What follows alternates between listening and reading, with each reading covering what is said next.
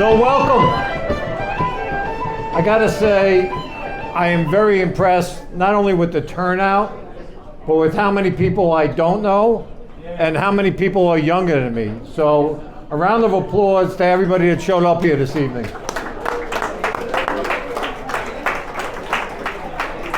So before we get started, if you haven't purchased your raffle tickets, the hottest ticket in New York right now, it's going to be impossible to get. We're going to raffle off 2 tickets to Kneecap down at the pier, and that's where the young people come in, and 4 tickets to the New York Yankee game on July 8th against the Mariners, a $1,200 package. So who has the raffle tickets? Just raise your hand. If you didn't get raffle tickets, we're going to pull those at the end.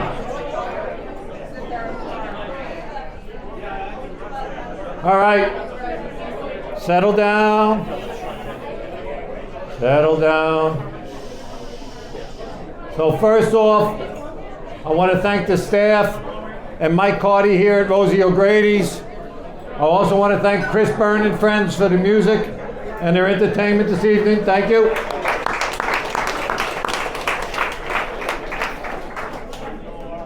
So for those of you that don't know me, I'm going to be your MC for this evening. I was kind of swindled into this position, and anybody that knows me knows I speak the Queen's English, which is the bridge across the street here. In fact, when it comes to English language, I probably should have taken it as a second language. One other thing, please accept my apologies in advance. I do not want to do tonight what the Brits have been trying to do for centuries, and that's slaughter the English, the Irish language and culture. So please bear with me.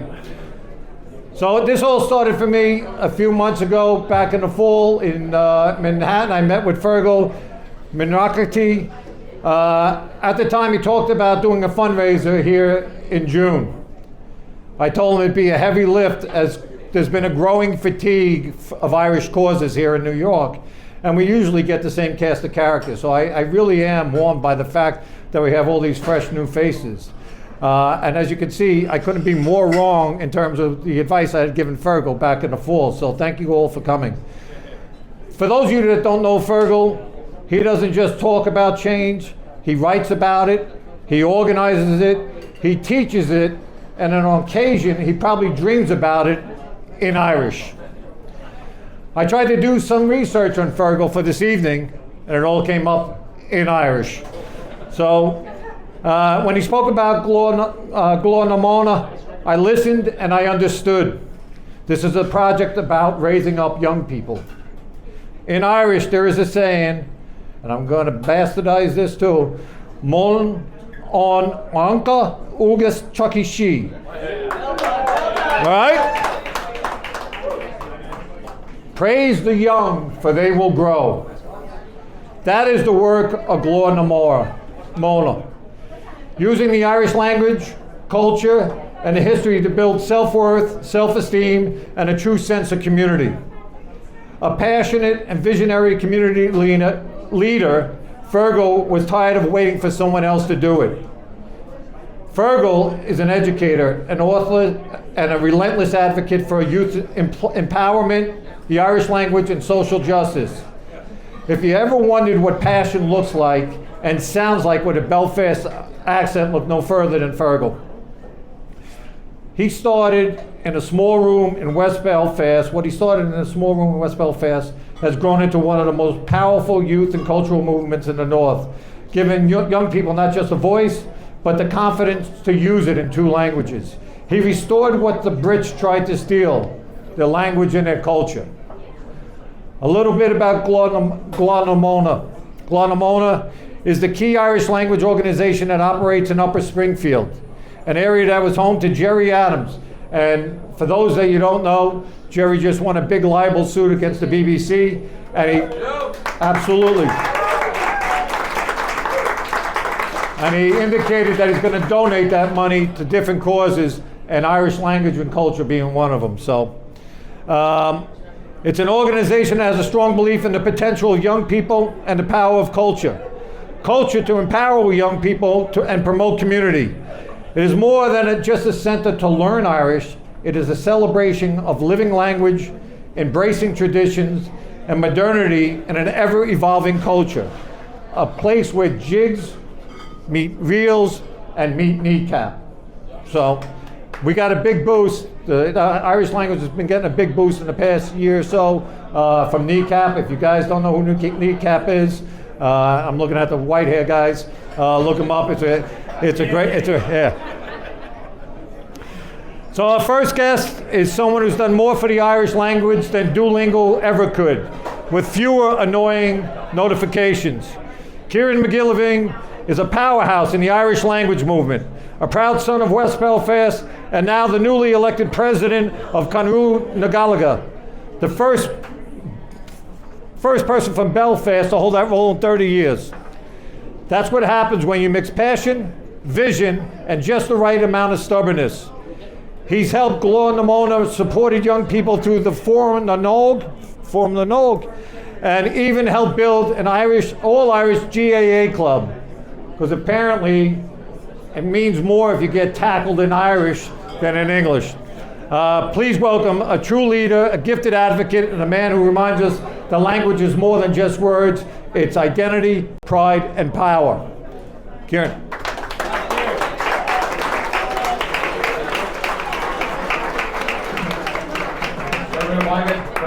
Marty, we're actually going to begin this evening with a short video which will tell you more about one of the project and I suppose the overall ambition of this event here tonight. So you'll see we'll have a TV here, a TV there, and another TV. We're going to ask people to make way around the TVs and just allow us to show you a very brief but informative video about who we are and what our aim is for this evening that we'll have here.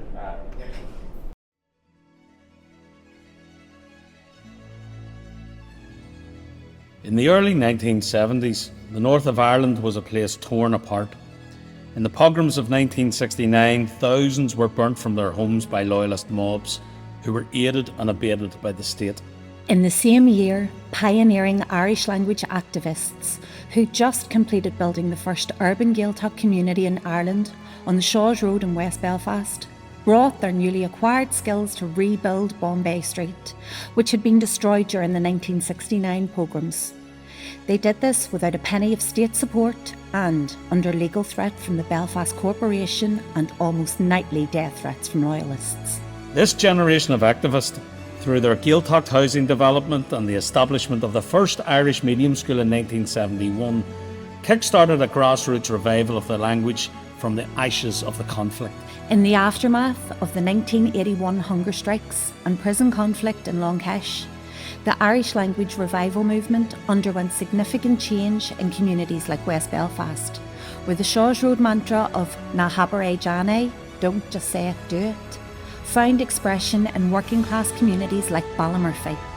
People stood up and established their own schools despite fierce opposition from the state. A range of transformative projects emanated from below, which included Culturlan Macadam O'Faith, pirate radio station Radio Falcha, and the establishment of the North's first post-primary Irish medium school, Manskull First Year, who led from the front. This school was embroiled in political controversy as the peace process took root in the early 1990s. Past pupils of this new secondary school fuelled the next wave of language activism in the North. In Ballymurphy, Glór na Móna was established by a cohort of these past pupils in 2004. It provided the space and the vehicle for young people to reflect and challenge the outstanding human rights commitments made by the British government in the Good Friday Agreement. They demanded change. Tens of thousands came together, demanding dignity, demanding rights, demanding that the Irish language, the language of their mothers and grandfathers, be given the respect it deserves. Not in some distant future, but now. This Irish Language Act was delivered in 2022.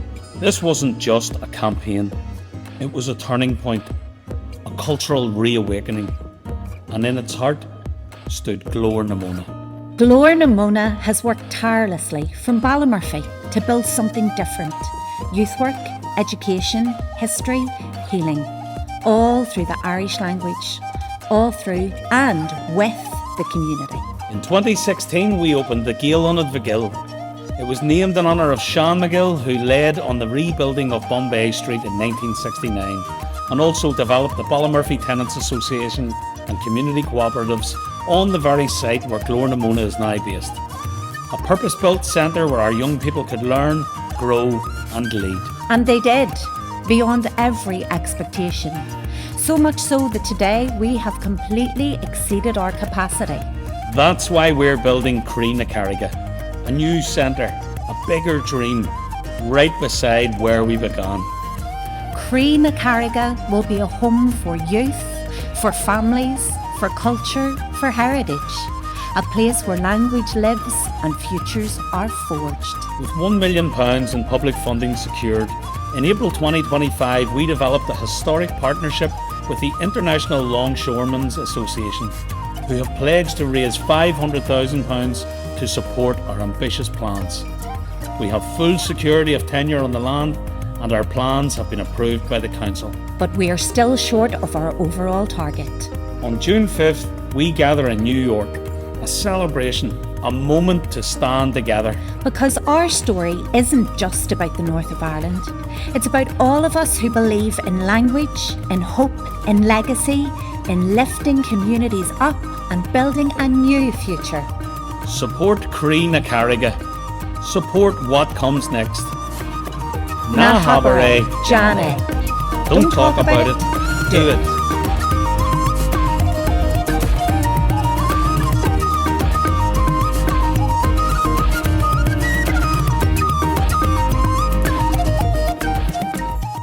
I just want to give a special shout out to Martin Keenan from Bayview Media, who put that video together for us. Bill Boswell award to Martin.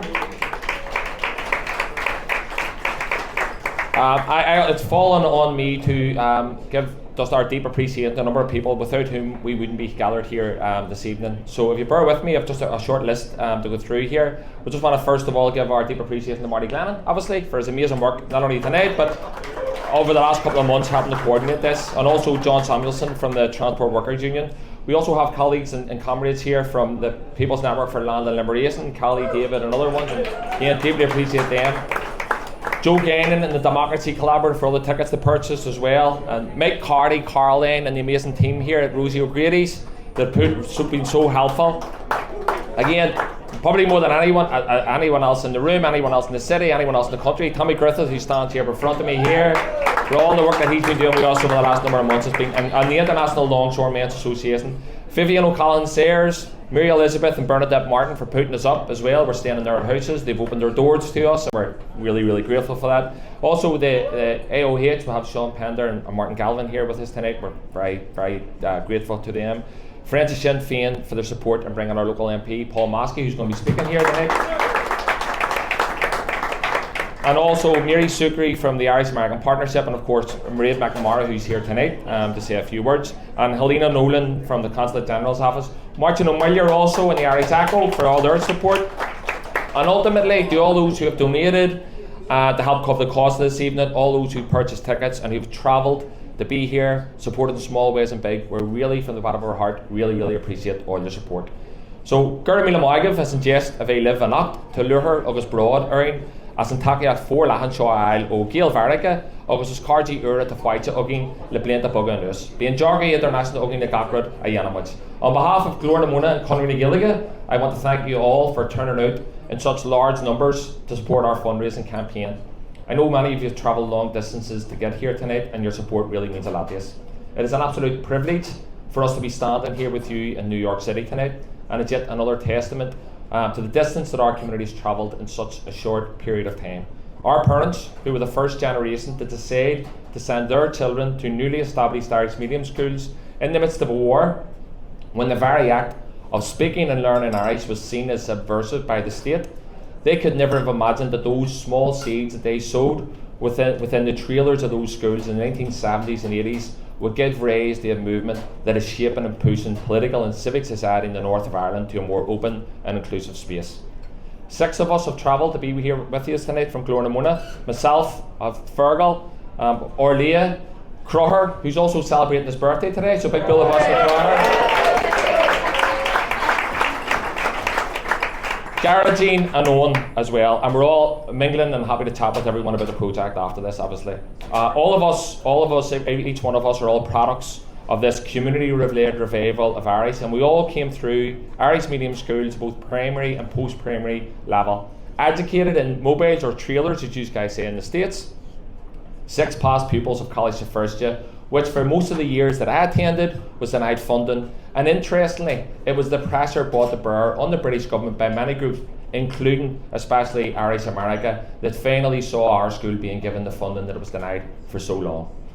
So it is not lost on any of us what a privilege it is for us to be with you here tonight. We are truly standing on the shoulders of giants, pioneers, activists, and our parents who had a bold and ambitious vision in a time of darkness and despair, and they genuinely changed the world around them. We are, of course, not the first generation of Gaels to look west to American shores for our support. Our exiled children in America, as referenced by the Easter Proclamation in 1916. At a centenary event organised by Conor Gilligan in Boston in 2016, historian Brian O'Crory, who's based out in Notre Dame in Indiana, he told us about how Douglas Tahita, who was the first president of Conor Gilligan and the future president of Ireland, and O'Donovan Rossa, the exiled Fenian leader, whose funeral in Ireland in 1915 has been acknowledged as one of the seminal moments in the revolutionary period of the early 20th century. They walked these very streets of Manhattan, conversing in Irish, and Douglas Tahita updating O'Donovan Rossa on the spread of Conor Gilligan and the impact that the revival of Irish was having on political and social life in Ireland. And we are here, of course, with a very specific focus to build Croí Carraige, as you can see behind me here, a physical resource that our community sorely needs and deserves. But beyond that, we view this as a first step in building a long-term relationships this side of the Atlantic. We believe these can and will be mutually beneficial relationships. And during the course of the last few days, we've had the privilege of meeting Irish language activists based here in New York and heard about the amazing work they do. And increased interest in the Irish language amongst the diaspora in America is being fueled by continued growth of Irish back home, and long may that continue. The impact that the formation of Conor Gilligan had over 130 years ago on the politics and culture of Ireland is well documented. When Conor Gilligan was formed, the Irish Revolution began, as Paddy McPearse famously said. And I think similar currents are being felt today as a national resurgence in the Irish language, particularly north of the border, is fueling a deeper conversation around the constitutional future of our country. And within those conversations, it is vital that we don't lose sight of communities like Ballymurphy, where Glornamona is located. Communities that suffered disproportionately during our recent conflict and who continue to suffer through the violence of poverty and inequality. The work of Glornamona is evidence that communities like ours know best how to meet these challenges. We just need to be given the appropriate tools to meet them effectively. And our vision at Glornamona is to utilise the Irish language not as some narrow cultural pursuit, but as a foundation and guide to help rebuild and strengthen our communities. As a recently elected president of Conor Gilligan put forward for election by the branch of Glornamona, I've had the privilege of travelling Ireland extensively and meeting with communities who, like us, are keen to use the reconquest of the language as a means of rebuilding their own communities. And the praxis that has been developed by Glornamona is a continuing source of inspiration to them. And it is our hope that the steps that we are taking here with this event tonight will be followed by others over the course of the years ahead. Glornamona celebrated 20 years last year. We were formed in 2004, and we have some copies of the booklet, limited copies of the booklet available on the table. And the huge outpouring of support we had from activists and organisations across Ireland for that event gave us the confidence to bring this event to America. And we're not here promoting some abstract idea, but really solid proposal, which is Croí Carraige. And our aim is for a multi-purpose youth and community heritage centre developed in a long neglected space, but one with rich roots in community and Irish language development. And ultimately, everyone wants the same thing, whether you live in Ballymurphy or in the Bronx. People want and are entitled to live in a good community with proper infrastructure and ultimately to feel part of something that's bigger than themselves. That is the strong appeal of the Irish language and with the community development ethos of Glornamona. We are planning for the future, developing young, empowered activists and building infrastructure to allow them to flourish. everything that we have achieved over the last 20 years has been hard fought for. From our schools, our youth clubs, language rates, and more recently our Ambitious Capital project, nothing has ever been handed to us. Our young people have been central to that fight, and having seen the effect of their own agency, are primed and ready to help shape a better future and a better Ireland. Our work has and continues to be guided by the words of the great American abolitionist Frederick Douglass, who spent quite a bit of time in Ireland, and he reminded us the power never concedes anything without a demand. It never has, and it never will. But we're not here tonight to make demands. Aoichainteoirí, we're just here to extend our hand of friendship and solidarity, and to provide you with the opportunity to be part of this transformational journey. So, Liwer Dul, Big Elin, Agus Gur Mila Magaf. So I just want to let everyone know, we only have about 20 to 30 minutes of a program here this evening, so just be patient with us. This is important stuff, and I got to tell you, when I stand up here looking out there, it's really heartwarming to see how many people showed up for this event, how many people heard about it for the first time and came. The interest in New York is still alive and kicking. So again, congratulations to everybody in here. My next guest, or our next guest, is Doran Naglachen. She hails from Dublin. Doran is a renowned fiddler and singer. She brings traditional Irish music and stories to life. She hosts the bilingual podcast, How to Gael, making the Irish language accessible and entertaining for all. With a PhD in Irish language from the University College of Galway, Doran seamlessly blends academic insight with artistic talent. Her album, The Housekeepers, pays tribute to pioneering female musicians of the 20th century, showcasing their dedication to honoring and preserving Irish musical heritage. So please welcome the dynamic, the talented, and delightful Doran McLaughlin. My name is Doran McLaughlin. Thanks a million for that lovely introduction. You're very good. I'll have to bring you around everywhere with me. What I actually do, my day job is that I work as a TV presenter on RTE and on TG Cahir, which is the Irish language national broadcaster as well. And I also am chronically millennial. I have one of these podcasts that does very well. It's called How to Gael, and it's a mix between the Irish language and the English language. And we recently had a sold out show in New York, so there you go. Your number, yes, give me a good whoop there. So you have plenty of Gaeilgeoirs in this city, lots of them very good looking.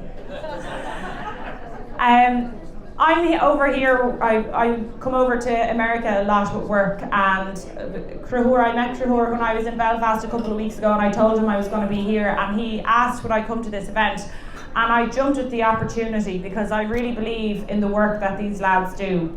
And that says a lot, because I have got to the stage where I'm so pissed off at what's happening in the Irish government, especially when it comes to the Irish language. And to see an organisation like this work at grassroots and make a real difference gives the likes of me, someone who's young and is trying to live their life through Irish, a lot of hope.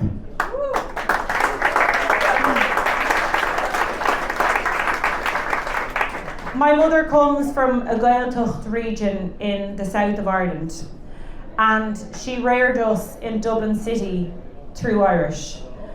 And we weren't allowed to speak English when we were very young kids. And I can tell you now that probably one of my earliest memories is a very strong feeling of shame. I felt very, very ashamed to be out in public with my mother and for her to be speaking in Irish to me, even though I couldn't understand this other language that was being spoken. I knew that what we had was something very different. And I carried that feeling of shame all through my teenage years into my early 20s. And it's no wonder that I felt like that, because for generations and generations and generations, as a result of colonisation, Irish people have been taught that you should be ashamed of your language and your culture. But what's happened in the North, what's been spearheaded in the North in the last couple of years by a new generation of Irish speakers, by new emerging communities that are championing our language and our Indigenous arts, has not only made a huge difference to the communities up there, but has, by extension, made huge differences to us down in the South, to middle-class communities where you would think people are very well educated and have all these amenities, and what have you got to be ashamed about? Well, there are a lot of people in Ireland that don't feel comfortable in their language. I have this conversation every single day with people. Oh, you know, I was great at Irish in school and I wish I spoke more Irish, but I didn't and I didn't. Well, somebody is doing something about it. And it's these lads here tonight. So for God's sake, put your hands in your pockets and give them a bit of support.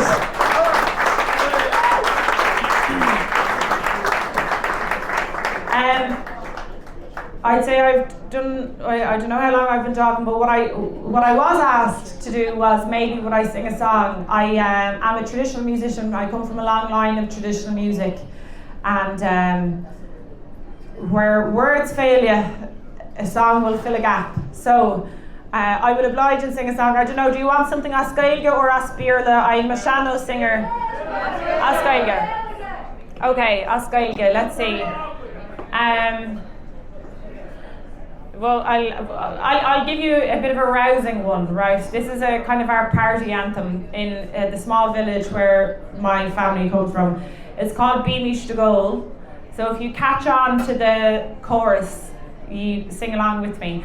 But basically, the sentiments of the song is we'll all have a few pints and be merry and don't worry about what's going on in the real world, which I think is something we can all bring home with us at the minute. Okay.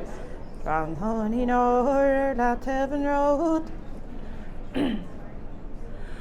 Gan honey nor la Tevin road. De Jarkus en Nog van Verbuchtas. Ho blaste his cord de lauer bio. O ten magolagus deal to asagus. Beamish to gold, to gold, to gold. Beamish to gold, to pogert the man. Beamish to gold, the surging like all the snack even on no ever poker gun hard. Be tardis and not just gun wailing the soul gold, gooder galant to do gun styled. Punchdung Erin more the said Arctic Mastorgus, Femur go Kilver go Malag and Colachagus, Beamish to gold, so gold, so gold. Beamish to gold, so pogert the man. Beamish to gold, the surging like old snack leaving on no ever pogert gun heart.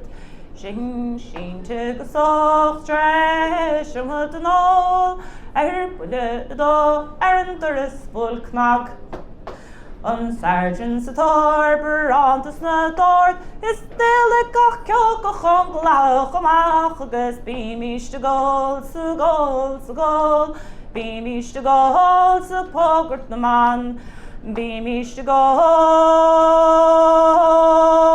it's a wrinkle like old snap, even cannot go ever pogert gant heart. You don't need to know the language to understand the beauty of the music. Very well done. Thank you.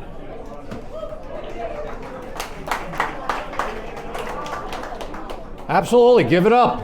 Don't hold back.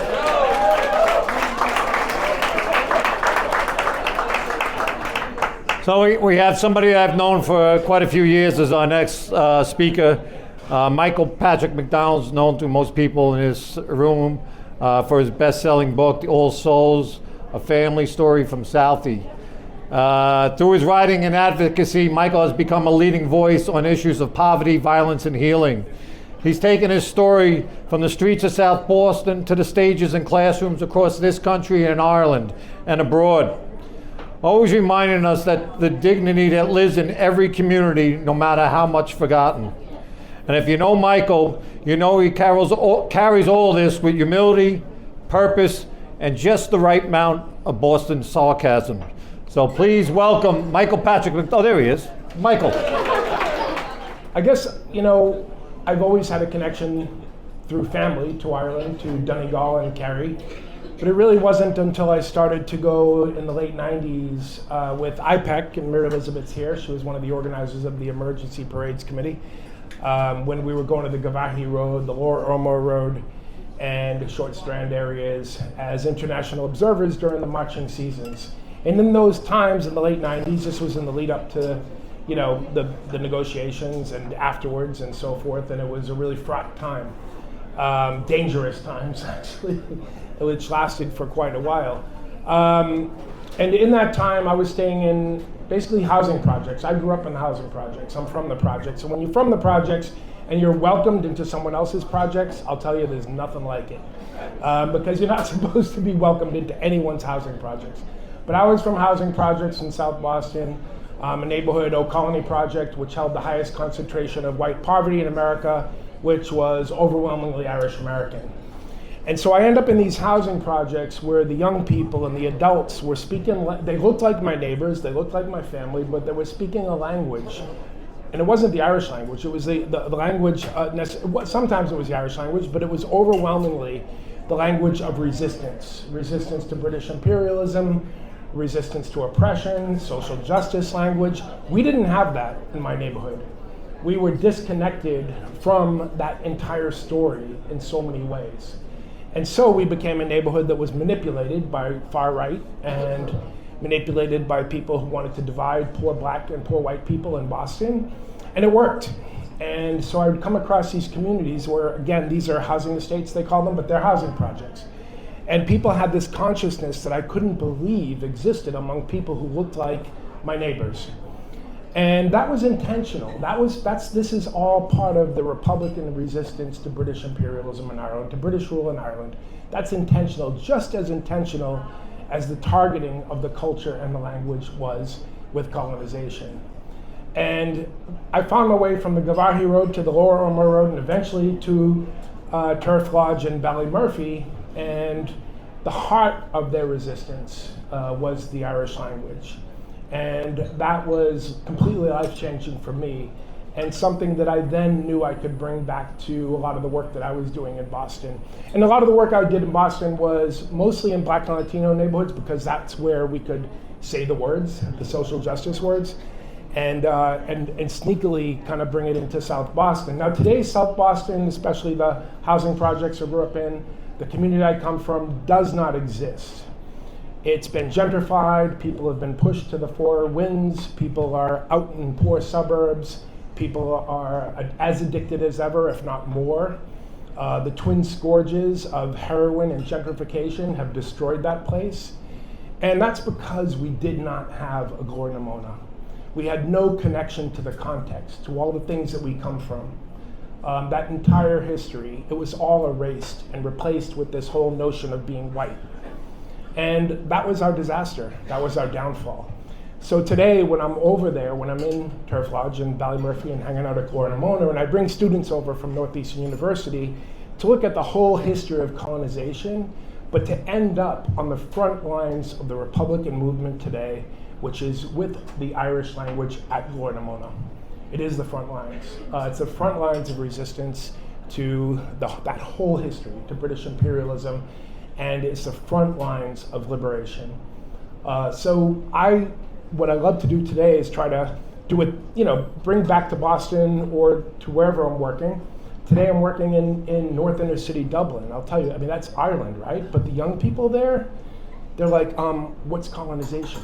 They don't know.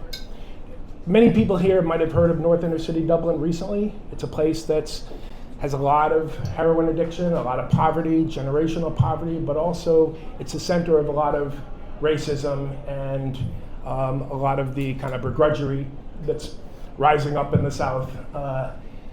And I think that the reason for that is that they don't have that connection to who they are, where they fit into the story of colonization. So I think that this story of the North, the story especially of the resistance, the heart of which is in West Belfast and Glór na Móna, I think we can all learn from that. We can learn from that in places like Massachusetts, whether it's the poor suburbs that my neighbors have been pushed to, and we can learn from that in places like North Inner City, Dublin, where people also have been disconnected from their history, from their roots, from their culture, from the language, which is the heart of it. Thank you. Thank you, Michael. So since he brought it up, when I met with Fergal in the fall, he gave me a book that he had written, and it goes right to what Michael Patrick just talked about. It's called Language, Resistance and Revival, Republican Prisoners and the Irish Language of the North of Ireland.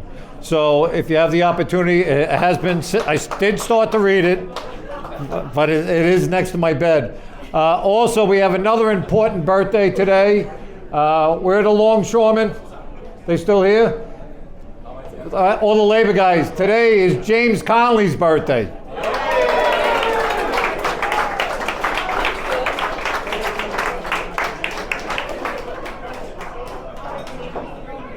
So our next guest is a good friend.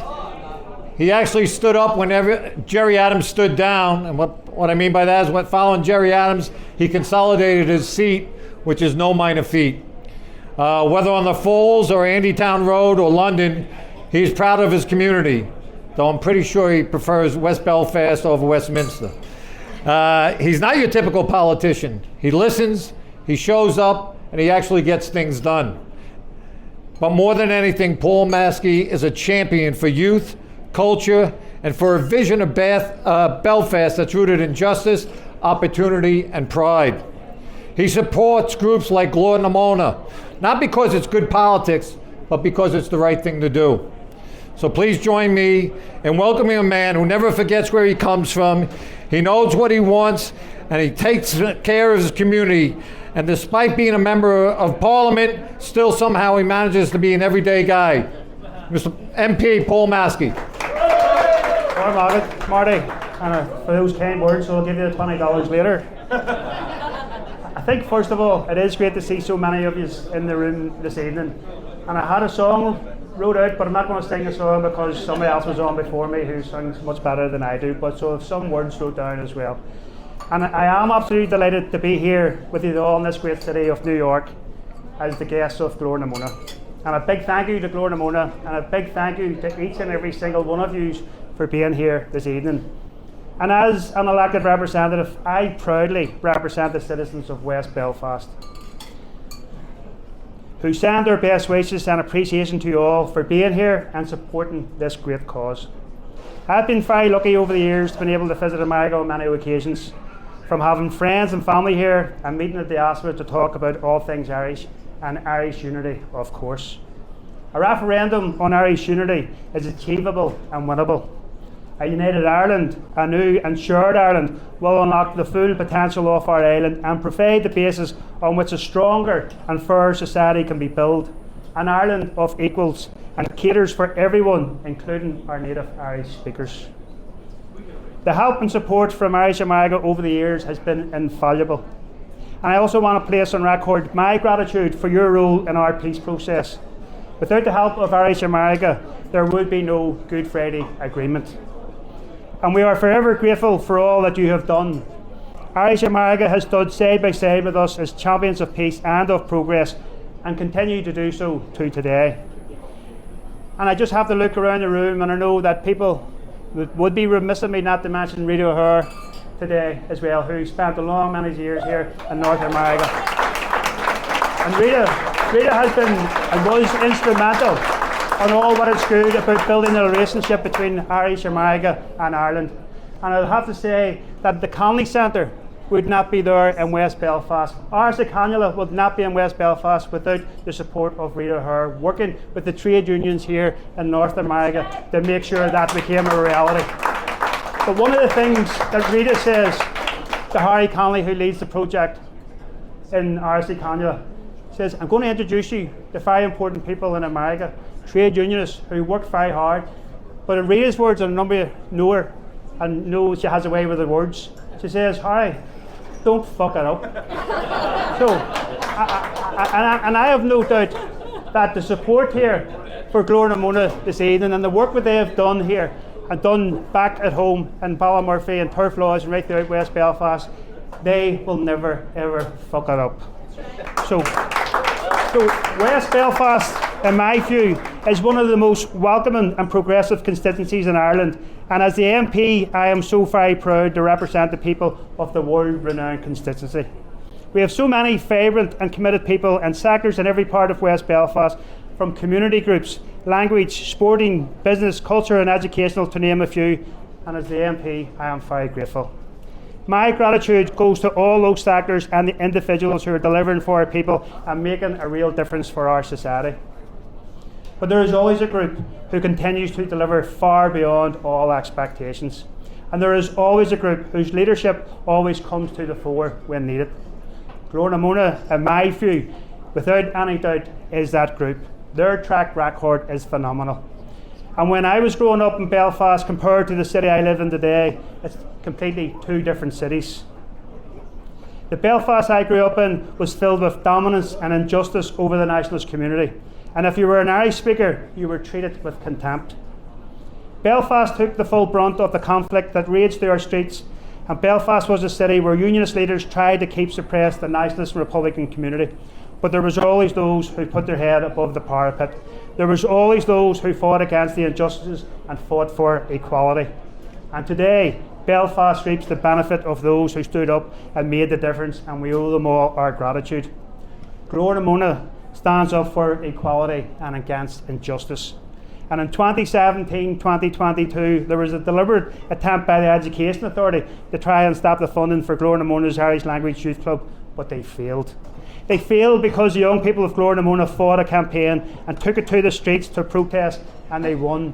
They won because they were right. I was privileged to show my support and stand side by side them with their campaign. And over the years, I've had many meetings and conversations with them, and it never fails to amaze me the drive they have for getting things done. Their work, their commitment to enhancing the lives of so many young people and giving them the platform to do so is so very, very special. Glór-na-Móna are not only building the capacity of our young people to be their future leaders, but they have already built the capacity of our young people to be our current day leaders, and that proof and evidence is in this room. As the MP, I am so lucky to have Glór-na-Móna in West Belfast. It makes my life that bit easier when you have people with a vision and a drive and a determination to get things done, working for the betterment of us all. So their plans for creating a Carraige are very exciting and will enhance the local area and facilities for the Irish language community in West Belfast. And I will continue to work alongside them to make that a reality. The new facility will create space for Irish-speaking families, education projects for all ages, communities, festivals, arts and cultural events, including space for concerts, lectures and films. So bringing people together is what Glór-na-Móna specialise in. They are the real deal. And it always seems impossible until it's done, is a quote by Nelson Mandela. Well, they make things happen that others said was impossible. So all of the work by Irish language activists goes on despite the campaign to this day against the Irish language sector by unionist politicians. Unionists have continually tried to block the rights of Irish speakers across the north of Ireland and still try to stop the growth of the language. Anything that groups such as Glór-na-Móna have got, they have had to fight tooth and nail for. It literally is a battle a day. So as we heard in the film earlier, na habare Johnny is a phrase in the Irish meaning, don't say it, do it. Well, that's the attitude from the young people from Glór-na-Móna. And that's the attitude that every single one of the Glór-na-Móna people who are here in New York this evening, that's the attitude they have. And I am very proud of all of their achievements over the years. And I do know that when Croí na Carraige is built, this generation and future generations will reap the rewards.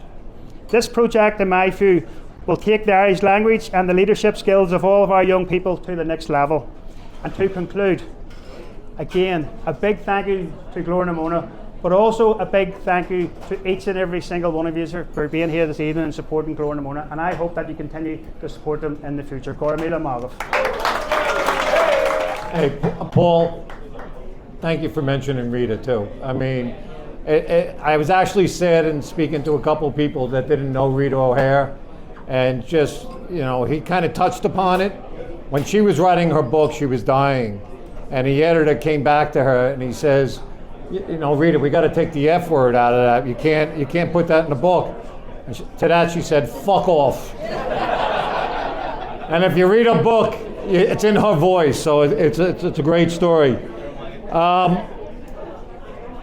Before we continue with the program, I just want to remind everybody there's raffle tickets, $20 a ticket for Kneecap and the Yankees. And also you can pre-order those jerseys at the table if you leave your name and number. At this point, is Brian here? Brian Finnegan? GD Vakarja, Mr. Brian.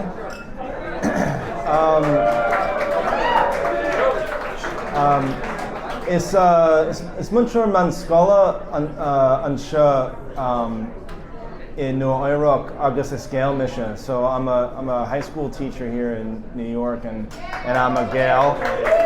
And hasime agolam gwelag couple of lianoch in le Chris Byrne agus Dahi McLaughlin agus Maharja Conor the Gwelag Crave Brooklyn. So I started learning Irish a couple of years ago with my friends, and Chris Byrne, our president, and Dahi McLaughlin, our resident teacher. And Overmar Lachela, Agolam, Gwelaga, Agus Kyol, Agus Rinka. So we work together to learn the Irish language, the traditional music, and traditional dance. Tamwij Mehel. So we're a mehel. We're a collective that work together to kind of keep this alive. And Kirk Chris Kesh Doramsa Anuri. So Chris put a question on me a couple of nights ago.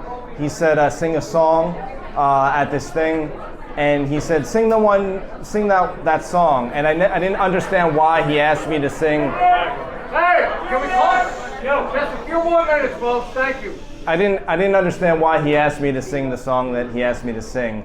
But I think sometimes with our mentors, the lessons kind of ripen later on. I was so curious because this song is like a row between a husband and a wife.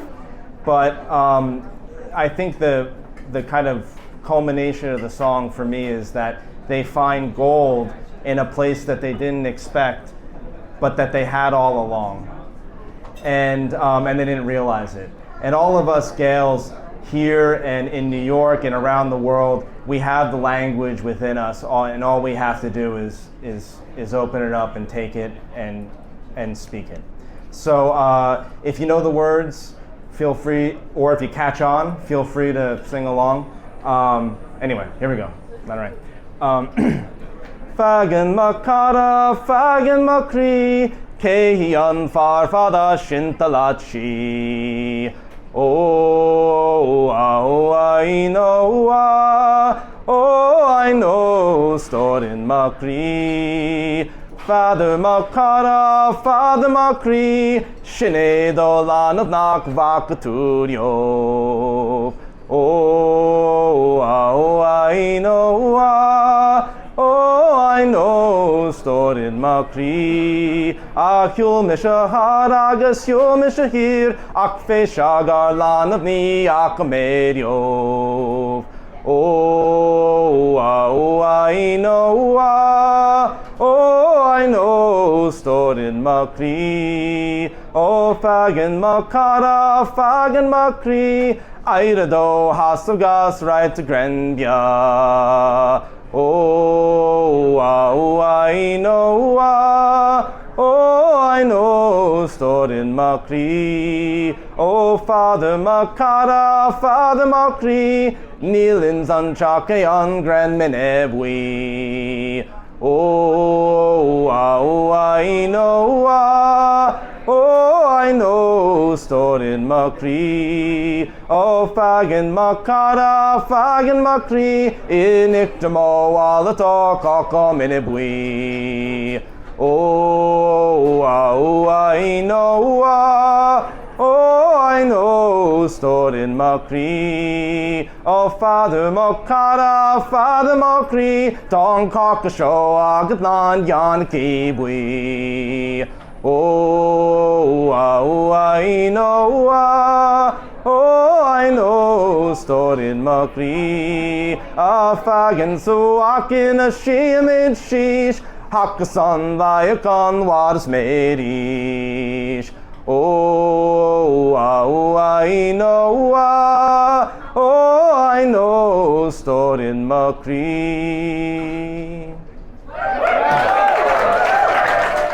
Okay, we have one more speaker, a very special guest. Listen up. I promise. And then we're going to do the raffle, and then you can have a drink, then you can go home. We have a very special guest. Yes, you're the very special guest, Helena. Helena Nolan is a Consul General in New York. She joined Ireland's Department of Foreign Affairs and Trade in 1990, and after initial 7 years in the Department of Education.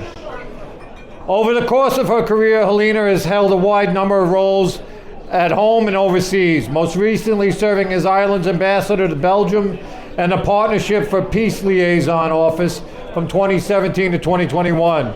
Prior to her appointment to this role, Helena served as Director at Disarmament and Non-Proliferation in the department's headquarters in Dublin and was a regular visitor to the UN here in New York.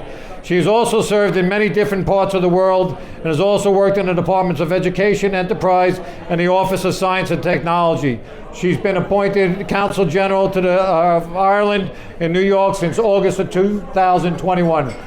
Please welcome our Consul General, Helena Nolan. Thank you, Helen. Thank you very much. I was at an event the other night when myself and my colleague Gareth Hargadon, who many of you know, we both spoke, and then the third speaker said, never follow a diplomat unless you're bringing free drink and snacks. But I now feel I'm in that position tonight after such wonderful singing earlier and such great speakers. But thank you for tolerating a final speech. I'll go as smoothly as I can on you, but there are some important things I do want to say. So, Gorgeous Misha Eileen Ninulon is Misha Ord Consul Naheran in Newark. To Osarm, Ava and Shock and Taku Lashana Craig Shaw. Kate Specialta, Anna Specialta, August Lebur Guiderbra, or Son the Gaelga Mel Fershta. Nur Vulmid La Fergal, August Lamarchi Nimilor, Sword Consulate, on Rodernach. Vi me an Toga, Lashan Uber, Ato, or Shul, a Griv, August an Chunker, Ato, Gesha, or an Bubble. Is scale Tavok, August Jerfok, a shot, Lorient on shot in New Arak, August Ladini on shot, Lamerike Aranok. Cogordigus live, August Guimra, Lahunok, Earth. I'll go on a bit now in English. I'm delighted, I was saying there, to support this event and to support your work on the promotion of the Irish language in Belfast and in the north of Ireland. When I met with Fergal together with Martina Milor in the consulate a few months ago, I was impressed to learn about your work, the work you're doing and the impact it's having in the community. This is an important and positive story to share here in New York and with Irish America. And we can see the level of interest in that story from the amount of people that you've gathered here in this room tonight. And this is a tough town to gather a big crowd in. There's a lot going on. And the amount of people that are here and the interest they're showing really shows that this story is an important one. There are, as we heard already just now, some wonderful Irish teachers here in New York and lots of people learning Irish, the Irish language, as well as Irish music and dance. Some of that happens down at the New Irish Arts Centre, but in many other locations as well as online. And for our part in the consulate, from time to time, we even host a pop-up Gaeltacht, and some of you may have participated in one recently. We also had Doireann. It was lovely to see Doireann again. Doireann was recently in for one of our First Fridays, and she spoke on our podcast First Friday about her work. So it was great to hear from her. We're also very pleased to support Irish language programs right across our region through our Emigrant Support Programme that many of you will be familiar with. Indeed, the reason I'm a bit late this evening, my colleague Julie and I travelled up from Philadelphia, where we had a full-day programme with the Minister for the Diaspora, Neil Richmond, who was opening his diaspora strategy consultations here in the US in Philly. He'd also been in Boston, and he'll be here in New York in September. So just to say to all of you, we'll have an opportunity to participate. There'll be a process where you can make written submissions in those diaspora consultations, and maybe a chance to come and meet the Minister in person as well. So if there's something more that needs to be done on the promotion of the Irish language in our region that we can help with, then that's an opportunity for people here to feed into that. But back home on the island of Ireland, in terms of the department, many of you will know our Reconciliation Fund, and the colleagues here from the north will know that that fund supports a great range, a diverse range of Irish language programs and projects right across the north, including, I think, an initiative which connects with the work of Glór na Móna and some of the team there. And Glór na Móna, as we've heard, and as I heard originally from Fergal, is a community-led and community-focused project which is really helping to uplift and empower those young people and those families, which is so important, and as we saw in the video earlier. So New York is absolutely the right place to be sharing this positive story, as this city and this state also does so much to promote and share our Irish language, our Irish heritage and our Irish culture, as do our friends who are here from the AOH, many of whom we heard from earlier in Philly. So it's really great to welcome you all here tonight. I hope the organisation that's here makes many more new friends here. Cogordagus, Gurmagav, Agus Bentanav, Asanokoi. Thank you very much. We just have a presentation, so for those of you, there's a QR code on these boards, and there's some literature out for GoFundMe. If you feel donating, please go to the QR code. So with that said, we're going to bring up Mairead McNamara, who would like to make a presentation to Glór na Móna. On behalf of the Irish-American Partnership and our generous supporters, we are delighted to support the Glór na Móna event tonight with a donation of $10,000.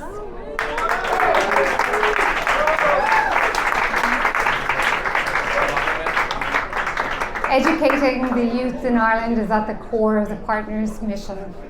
We are proud and delighted to help and look at the important work that you're doing with the young people in Belfast through the Irish language, and we wish you every success in this inspiring initiative. Thank you. Maybe a lot of you don't know this, but James Connolly's birthday is today. There you go then. A great man. He's my big hero. I have the Irish Citizens Army logo tattooed on my arm. Don't tell RTE. We won't go there. My favourite James Connolly quote, which I think is well appropriate for all situations, but definitely appropriate to be here, is "Empires fall and tyrannies perish." There you go. Don't forget. Saoirse and Palestine. Anyway, the lads asked me would I sing a few verses of his song, which I will. But anyway, you might sing along if you have it. A great crowd had gathered outside of Kilmainham, their faces uncovered, they knelt to the ground. For inside that jail was a true son of Ireland, his life for his country about to lay down. He went to his death like a true Irish soldier, the firing party bravely did face. When the order was shouted, fire once, and the soldier James Connolly fell into a ready-made grave.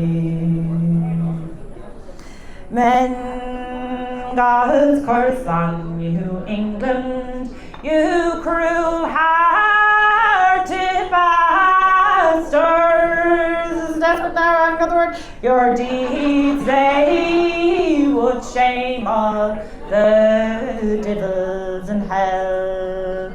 Where there's no flowers blooming, but the shamrock is blooming.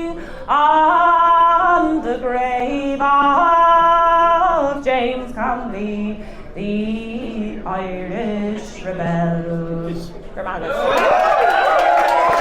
So once again, I just want to thank everyone for coming. If you enjoyed this evening, please spread the word. Like I said, there's a QR code up here. Lorna Mona, you guys are the beginning of this in New York City. So take pride in what you've done tonight and spread the word. Thank you all very much. Thank you. And thank you to everybody that came over and put this together.